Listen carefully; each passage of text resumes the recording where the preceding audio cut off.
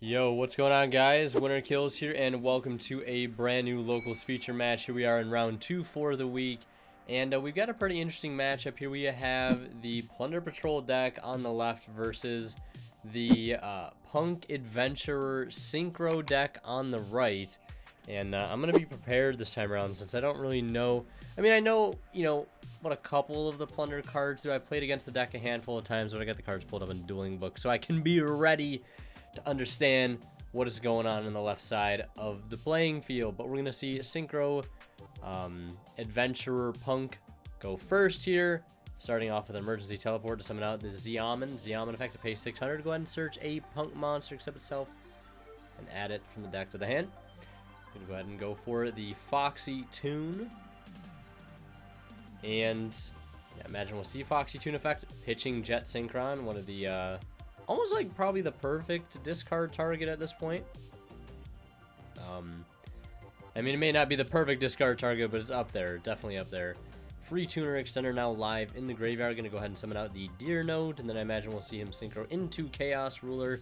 Chainlink 1 Chaos Ruler, Chainlink 2 Deer Note, targeting the Xiamen. So you can chain block that Chaos Ruler. A very, very important effect from Ash Blossom and Joyous Spring. Off to the opponent, a cut, before he goes ahead and excavates 5. And as expected, he will summon back the Xiamen Milling Mourner, called by Droll, Nibiru, and another Mourner. So he will go ahead and add the Nibiru from the deck to the hand, so just a free hand trap there, because why not? Also see another copy of Emergency Teleport in hand, which of course Emergency Teleport, not being a once per turn, is still alive here in the combo. Also see Forbidden Droplets. The Nibiru, obviously, that we know was added. I think there might be one other card on top that I can't exactly tell what it is. Also, I realized that round 1 and this round are not in 4K, and that was my fault. I forgot to switch my camera back to 4K before I started recording, so they recorded in 1080-60, which is not the best compared to 4K, but yeah, I apologize for any inconvenience surrounding the lower video quality. So, I mean, as expected, we'll see him go ahead and E-Tail out another Xiamen here. Probably trying to find a way into Halqifibrax. Does have 2 tuner bodies on the field. But, I mean, without access to the dragon cards right now, like, Red Rose and the adventure stuff right now, this makes things a little awkward. There are plays that still can be made. Because ideally you'd be synchroing off with like a Red Rose and a Griffin Rider into a Baron that triggers Red Rose to go search Rox Rose, or summon Rox Rose grabs you Basil, right? Keep going into, Riser Dragon, make all these amazing plays, but not having access to that engine definitely making things a little weird here. We will see him go ahead and link off the Chaos Ruler and the other Xiamen into Halqifibrax. Halqifibrax effect, go ahead and summon a level 3 or lower tuner from the deck, but cannot activate its effects this turn. So we'll see what he's going to go ahead and choose to summon. Looking at Red Rose Dragon here, but unless he plays a level 11 Synchro, will not get the added effect to be able to summon the Rox Rose from the deck, because it does have to be sent to the graveyard as Synchro material. So we'll go ahead and summon out Red Rose. And 2 level 3 tuners on field. So not doing a whole lot right now. Still has access again to Jet Synchron engrave, and still has Chaos Ruler engrave to go ahead and potentially make a hot red. Hot red. So it was a nice, kind of Omni negate for face-up cards on the field. Don't know how much Plunder Patrol is going to care about a hot red. He could technically go for an Appaloosa here.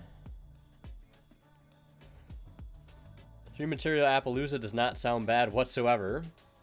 Also, Dagda is pretty good too, I heard. Just having this at any given point in a game is pretty scary, so having our Plunder Patrol player having a Nibiru of his own is definitely very valuable here. Preventing a Scythe Lock.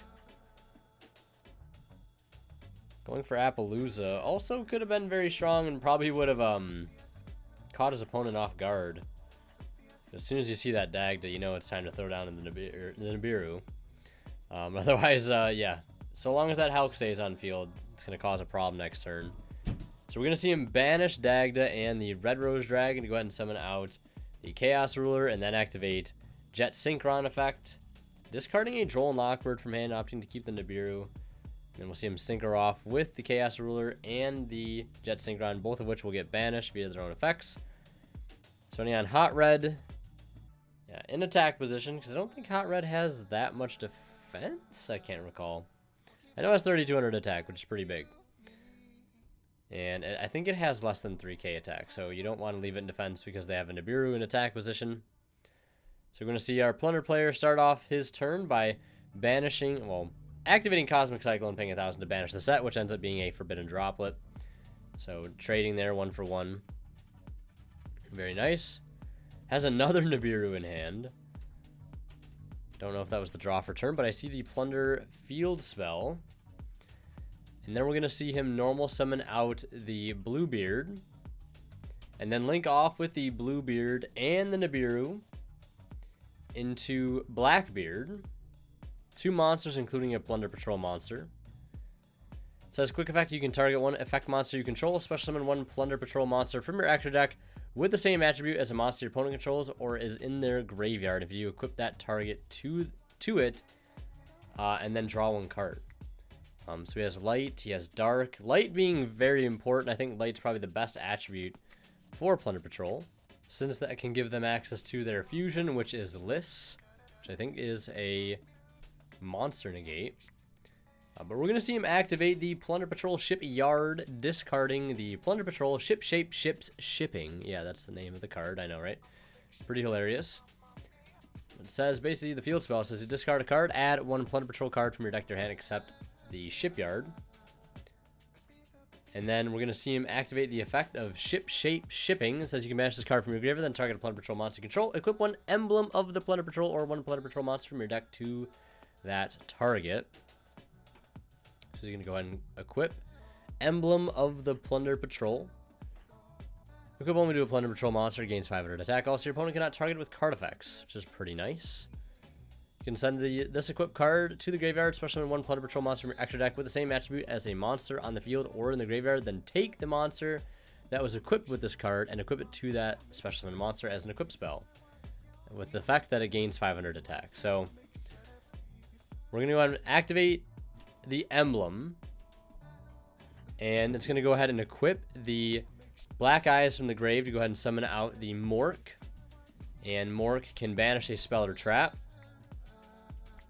or banish a monster. Okay, that's the Synchro that banishes a spell or trap. So you can go ahead and banish the Hot Red, and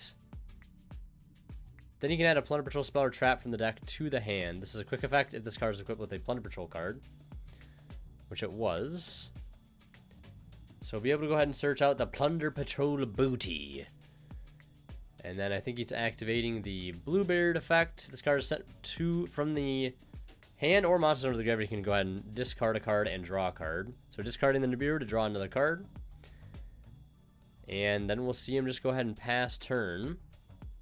The Nibiru token, I imagine, doesn't have much defense, since I think it primarily attributed off Link monsters. But we're going to go ahead and see our Plunder Patrol player here activate Blackbeard's effect in his opponent's standby phase to go ahead and basically summon out a Plunder Patrol monster from the extra deck with the same attribute as a monster his opponent controls or is in their graveyard. So the Nibiru token being light.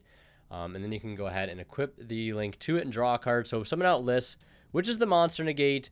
And we'll be able to go ahead and get a draw. And getting access to a monster negate is going to force an early battle phase. So it looks like it will actually crash with the Liss, because it is gaining a little bit of attack from the field spell. All Plunder Patrol monsters, I think, gain 500 attack for each Plunder Patrol card in the spell and trap zone. So I believe at the time it was only 5, and I think it was going to crash with the Nib token, which only attributed off a Hulk and a Dagda, which I think is only 2,500 worth of attack. And then we're going to see our Punk Adventurer Synchro player. Punk Adventurer Dragon Synchro, whatever you want to call it. We're going to go ahead and see him start with Right, getting the token and Fateful, and then grabbing the Equip spell. Or I think he might have already had Fateful and then played right to get the token, which then on summon of token triggers Fateful to go ahead and add the equip spell. Which is sometimes more optimal than just starting with Enchantress. But he does have the Draco back, Rideable Dragon. It's going to go ahead and target the Mork to go ahead and bounce it back. And then we're going to see him go Battle Phase here. But he already used the Battle Phase, so no second Battle Phases this time around. So the Black Eyes will stick to the field. And we'll see him pass turn. Not able to set up too much else right now. So our Plunder Patrol player is going to go ahead and lead the turn here by activating Shipyard. And discarding another Shipyard to go ahead and search out another copy of the Plunder Patrol booty.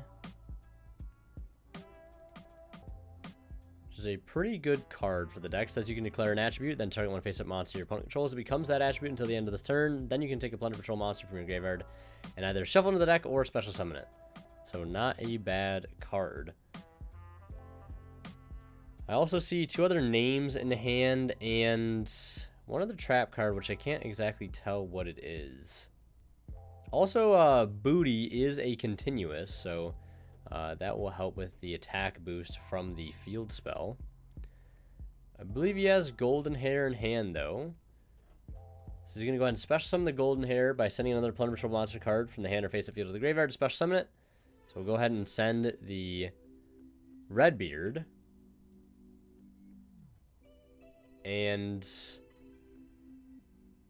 Or discarding, not Redbeard, discarding the Whitebeard. And it's going to go ahead and use Whitebeard's effect. So this card is sent from the hand or monster to the graveyard. You can activate this effect to summon a Plunder Patrol monster from the deck, except Whitebeard. So I think he summoned out the Redbeard there, and then synchroed off the Redbeard and the Golden Hair, which is a tuner for Brawn, which is a 2500 Synchro, which is a spell Trap Banish by discarding a Plunder Patrol card. And then if it's equipped with the Plunder Patrol, it's a quick effect. So be able to go ahead and clear the Draco back, which is a little bit of a problem because it's going to be a bounce next turn. And it's also going to, with the combination of Fateful Venture, protect the token from one battle this turn. So we'll be able to attack over the token at 3k.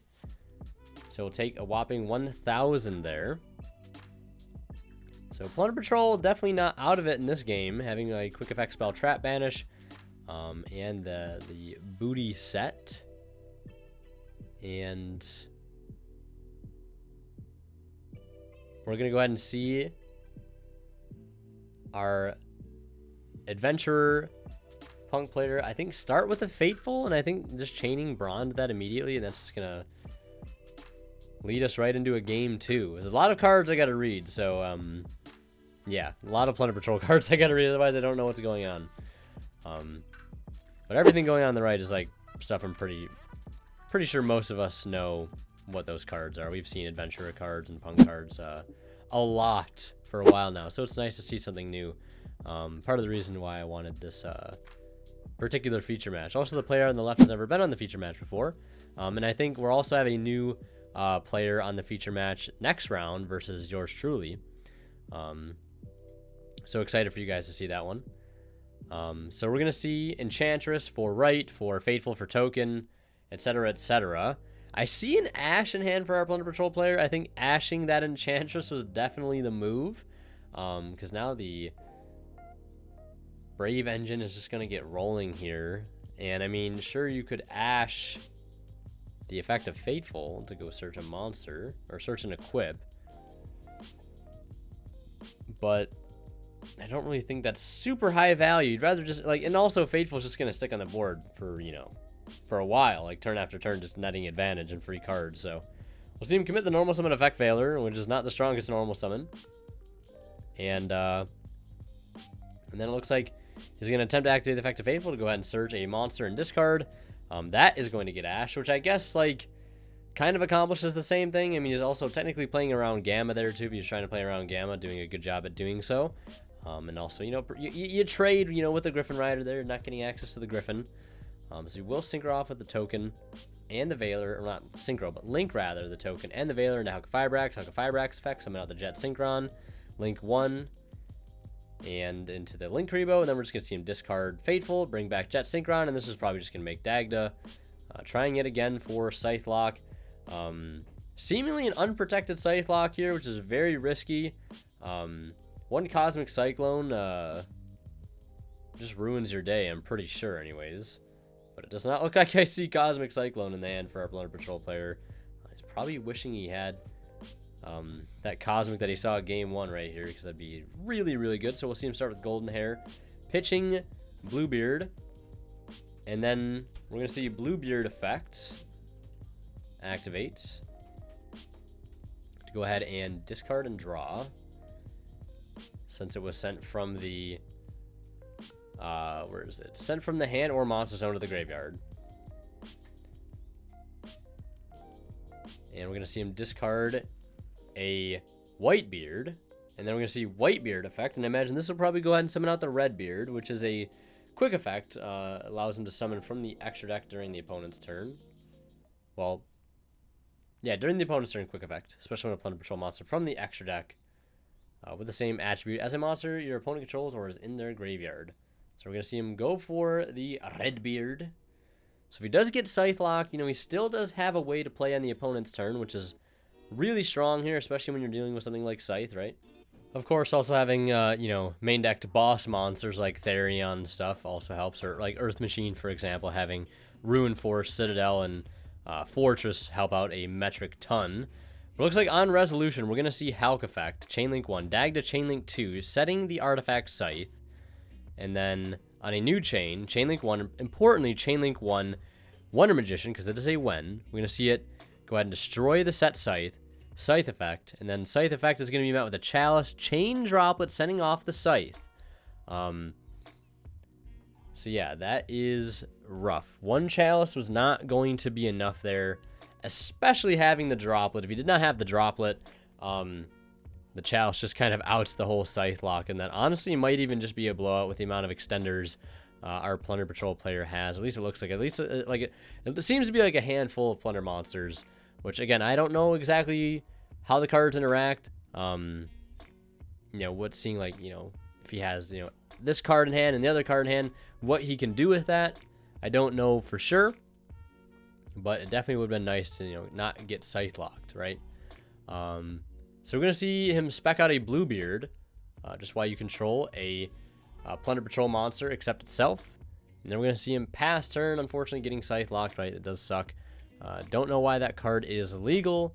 Yeah, really couldn't find a reason why it's still legal. They thought banning Anaconda was going to fix it. I mean, I don't know if that's what they thought, but yeah. Turns out Scythe locking is just as easy as it ever was before. So we're going to go ahead and see our Adventurer Punk Dragon Synchro player here, or whatever you want to, Synchro Adventurer Punk. Go ahead and start by grabbing Enchantress off Fateful, and then discarding the Enchantress. This is going to allow him to unbanish Enchantress, go ahead and get right. So getting that Adventurer engine rolling again. I'm going to go ahead and get, like we expect to get right. Or the secret effect of Enchantress, right? Well, you already have an Adventurer token. You can go ahead and get, I think, a field spell that lists Adventurer token. The whole Adventurer archetype does seem very cool. I like how none of the cards like have names that are related. Like, you know, Plunder Patrol. Like, everything's a Plunder Patrol card first, but nothing in the Adventurer archetype has Adventure in the name except for Fateful Adventure. Everything else is just like a completely different name, and I like it. It's kind of like it creates like a cool story, I guess. I don't know. The only thing that matches is they all have Adventure token in the text. So we'll see him play Right. Right's going to get token, and that's pretty much about it. And he's not normal summoned yet, so we're going to see him go ahead and normal summon Red Rose Dragon. Or at least, I mean, I feel like you normal summon Red Rose Dragon. You definitely don't normal summon Ghost Mourner here, that's for sure. I've never played this deck, but I know how good Red Rose plus Right is. Like, it's phenomenal. So we're going to see him go for shooting Riser Dragon, Chainlink 1, Chainlink 2 Red Rose Dragon. That's going to go ahead and summon out the Rocks Rose Dragon. Fortunately, he does not have another body to synchro off with. Okay, so we're going to see him dump Snow. So the Riser is a level 3 tuner. And then we're going to see Rocks Rose. Rox Rose is going to go ahead and grab the Basil Rose shoot. This can bring back the Red Rose, but the unfortunate thing right now is everything on his board is a tuner, so it's kind of awkward. Everything is a tuner except for the Dagda, obviously, but, you know, Wonder Magician, level 5 tuner. Shooting Riser now is a level 3, and we're just going to go ahead and see him go for a Link 3. Going to go for Celine. Wonder Magician is a spellcaster, importantly.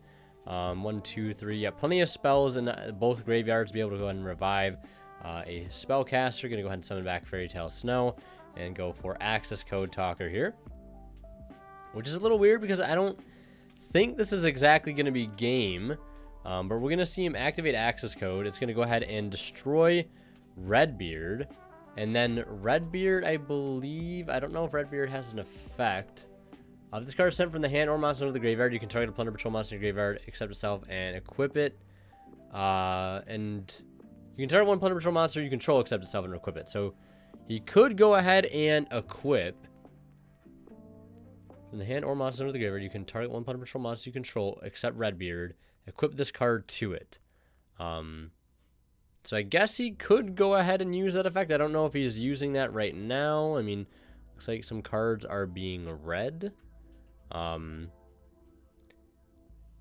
He will, if he does pop the Bluebeard, he will get Bluebeard effect to go ahead and discard one and draw, sent from the hand or monster zone to the graveyard. So, and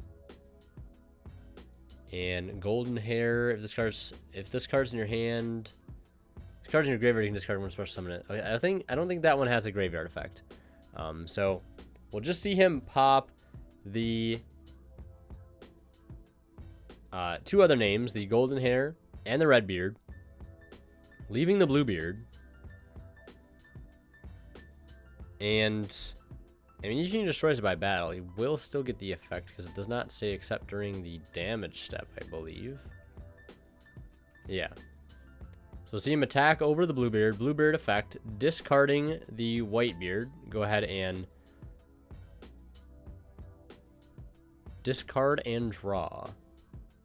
And then I just want to double check Whitebeard because I think Whitebeard gets an effect. If this card is sent from the hand or monster to the graveyard, you can activate this effect, special summon a Plunder Patrol monster from your deck, except itself. So just floating here into other names, which is really strong. So he went ahead and attacked into the Bluebeard. Bluebeard effect, discarding Whitebeard, drawing a card. Now Whitebeard effect, go ahead and summon one. Just blocking lots of damage right here. And just getting more, you know, cards, more Plunder Patrol cards into the rotation here. Was a little bit of an awkward board state here for our Punk Synchro player, right? Really didn't have a lot to work with there. I don't know if there was a different line that could have been taken.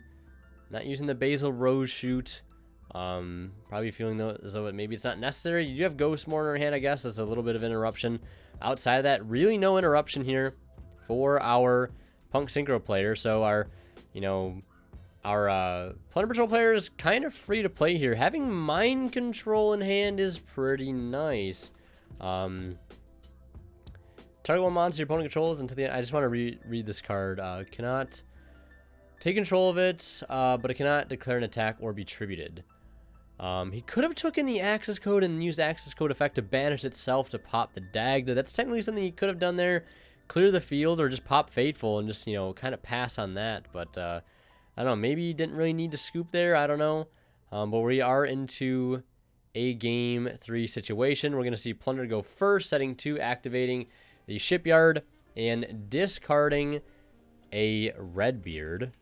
So we'll go ahead and see him search out a Plunder Patrol card. And Redbeard, not using Redbeard effect, which I don't believe it has a graveyard effect, except to equip to something. And we'll just see him pass there, unfortunately. We're going to see our Punk Synchro player lead with Enchantress, and then normal summon the Jet Synchron without first doing right stuff, so missing out on free cards. I think that might have been a little bit of a misplay because he could have gotten Draco back into the rotation here before linking. Because you just go right into Fateful, get Token, then normal Jet Synchron, and then activate Fateful to go ahead and Draco back, and then you can go ahead and get Griffin Rider on top of that, which could potentially stop this trap from activating. So he's going to go ahead and activate Booty. That's going to go ahead and revive out the Redbeard, and then he can go ahead and equip the Redbeard to something from the extra deck. So I'm assuming he's making the Link Rebo or the Adventure Token Fire to go ahead and summon out the Brawn, which is now a quick effect spell trap. Banish. So we're gonna, and it's also up by 1,000 right now because of Shipyard. We're gonna see our Punk Synchro player go battle phase with a token, damage step, drop it, sending out Foxy Tune to have it, putting it down to 1750, and he'll take 250 damage there with that Adventure Token. Played out a little bit scuffed there, but they are very, very close to time being called right now. So getting in damage here is very, very important, you know, by any means necessary. And drop it coming in clutch there. So yeah, that's going to be it. Punk Synchro winning in time there. Honestly, that game too is very close. Maybe it could have gone any other way. I don't know. Let me know what you guys think down in the comments. If you guys want to see more of my videos, check out one of the videos on the bottom of the screen right now. And like always, it is time to give a special thank you to our Divine Level channel members who are Tweeter0226, Pony Stark, Cadillacs84, Justin Lamb, and HCH Cyber. Thank you guys so much as always for extremely kind and generous support of the channel.